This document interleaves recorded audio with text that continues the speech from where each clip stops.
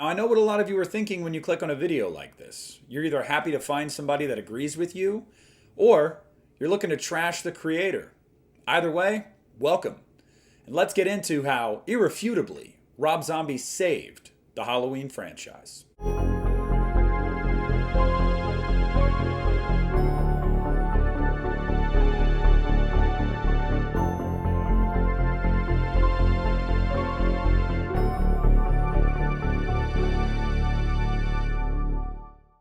What's up, everybody? Nick here from the Lost River Drive-In. If you are new to my channel, welcome. If you are not new to my channel, welcome back. This video is not going to be me giving my opinion on Rob Zombie's Halloween movies.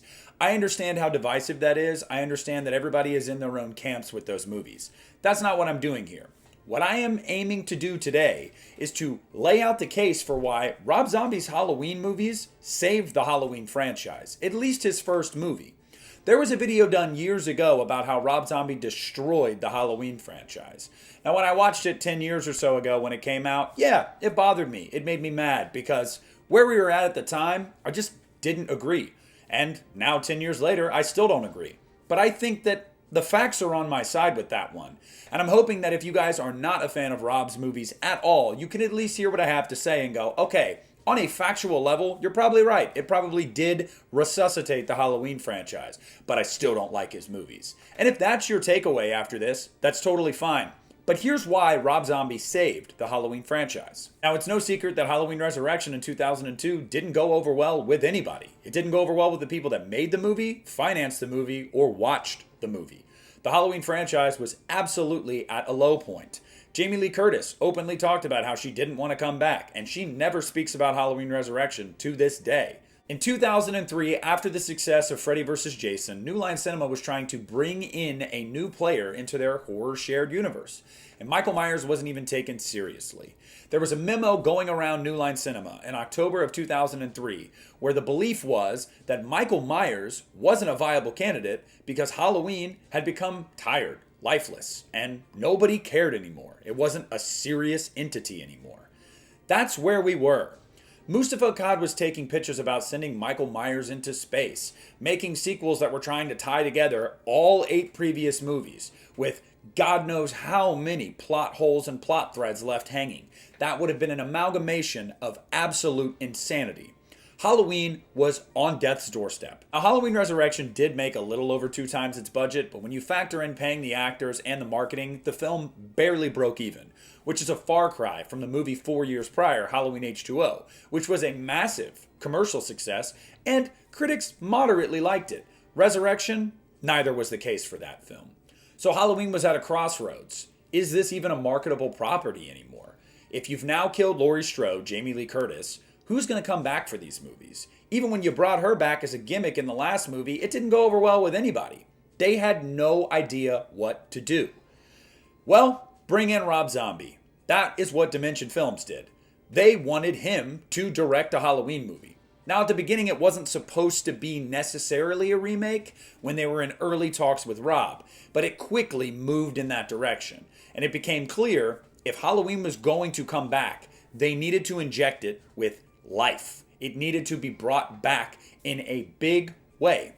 Malik Akkad himself, after his father passed away in 2005, took over Trancas, and his mindset at the time was, we need to just start fresh. We need to let go of all the baggage before and just restart. That's why a remake happened. Now, I know this remake is divisive. I'm not going to argue that. I loved the movie when I saw it in theaters in 2007. I thought it was incredible. As the years have gone on, I've definitely soured on it. I really just think it's all right now. I think the back half of the movie's really fun, though it is kind of a light version of John Carpenter's Halloween. And I think the middle portion and front portion has some decent things, but overall, not really my cup of tea. Having said that, I absolutely adore Halloween 2. It is one of my favorite Halloween movies and probably one of my favorite horror movies ever made. But again, like I said at the top, this isn't about my opinions on those movies. It's about how Rob Zombie saved this franchise. So they had their director, and it was one that was a big name. Everybody knew Rob Zombie as a musician, and just 2 years prior had made a movie called The Devil's Rejects, which actually went over decently well with people. So this guy looked like he was making a name for himself in the horror industry as a filmmaker. Halloween came out Labor Day weekend of 2007, and it broke records for the franchise. The largest opening weekend for the franchise. The largest 4-day opening weekend for Labor Day ever until it was just recently dethroned a few years ago. And the movie made almost $80 million on a anywhere between $10 and $15 million budget. Now, if you juxtapose that to where they were at just a few years prior, a movie that didn't even crack $40 million on a $15 million budget, this was quite the healthy profit. Halloween was a big name again. People knew Halloween. I remember seeing trailers for it, TV spots. I remember people talking about it at school. I was a teenager at the time when the movie came out. And if you want to know if something is breaking through pop culture, just find out what kids are talking about in school. And that's what was happening. What are you seeing promoted on TV? Halloween. What are you hearing people talk about? Halloween. But it goes deeper than that. While Halloween wasn't a massive critical success, it was pretty evenly split with the fans. A lot of fans either hated it and thought it was a bastardization of what John Carpenter's movie was, or they loved the new raw, gritty, down-to-earth approach that Rob Zombie took. No matter what side of the fence you land on, it got people talking. And that is by itself a sign that a movie is doing what it is supposed to do. It is generating conversation. But after Halloween, the remake craze really kicked into full gear. Now, that's not to say that Halloween was the first big remake. It wasn't. There were others prior to that. Psycho, you had Texas Chainsaw Massacre, House of Wax. There were a few before that. However, Halloween brought the big three back. After Freddy vs. Jason, both of those franchises were languishing in development hell as well. As soon as Halloween came out and was a massive hit and got people talking again, guess who was next? Jason, followed by Freddy, followed by My Bloody Valentine. You name it. Go down the list of movies that came after this. It is a direct result of Halloween. New Line Cinema executives have talked about in interviews that once they saw what Halloween did, that it was a property that was at the time 30 years old, but was still popular, could be brought back and make them a ton of money. They did the same thing with properties they had. Now, you may hate the remake craze, and you may hate pretty much every remake, but especially Rob Zombie's Halloween. That doesn't take away from the fact that the success of this movie and how it broke through in pop culture brought on a string of movies just like it. Just like the original Halloween in 1978. I've always found that kind of funny. That Halloween kick-started what would eventually be the big three and a slasher craze in the 80s. And I would say Halloween 2007 did the exact same thing. At a different time, with different results, but it did the exact same thing. So now, Halloween was a marketable property again. They had Rob Zombie signed to a 3-picture deal with Dimension. They had Scout and Malcolm McDowell signed to 3-picture deals, as well as Tyler Mane. This was something they were going to milk until the cows came home. Now, of course, Halloween 2 would come out 2 years later, and it would be trashed by critics and fans alike. Now, it still made $40 million on a $15 million budget, but like Halloween Resurrection, that's just not enough. To barely break even is not enough. So some might argue with me in the comments and say, well, yes, he brought it back, but then he killed it. Fair, but I would say when you invest around 25 to 30 million and you make over 120 million with 2 movies, you're pretty happy with the result. The point is, Halloween was dead. Nobody cared anymore. It had become a joke after the last movie. It was no longer top of mind for people. We were coming out of the Scream phase where that self-aware meta horror was what was becoming popular, and soon found footage would break onto the scene. Where was the place for a 30-year-old horror icon, a slasher? There just didn't seem to be one at the time. Malek Akkad had no idea where to take this franchise next. There were so many left hanging plot threads, they had no idea what to do. This was the natural direction to go. And in doing so, they not only revitalized the Halloween franchise and made it a marketable brand again and made it money and got people talking about it, but they single-handedly helped revitalize the slasher craze. See, when people talk about how Rob Zombie ruined the Halloween franchise, they're really talking about how they didn't agree with what he did to the mythos of Michael Myers or the legacy of the franchise. And that is absolutely fair. We all have those opinions. We don't have to like what he did. We don't even have to include it in our headcanon if we don't want to.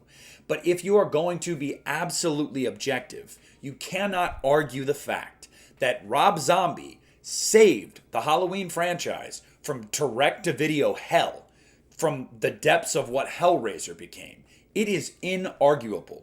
And without this movie, who knows if we would have ever gotten a Friday the 13th remake or a Nightmare on Elm Street remake or any of those remakes that came after the fact. Now, some of you, again, might say that's a good thing, but I disagree because I feel like every era in horror is important. It teaches us things, it unteaches us things, and it is at the very worst an experience. It is a ride.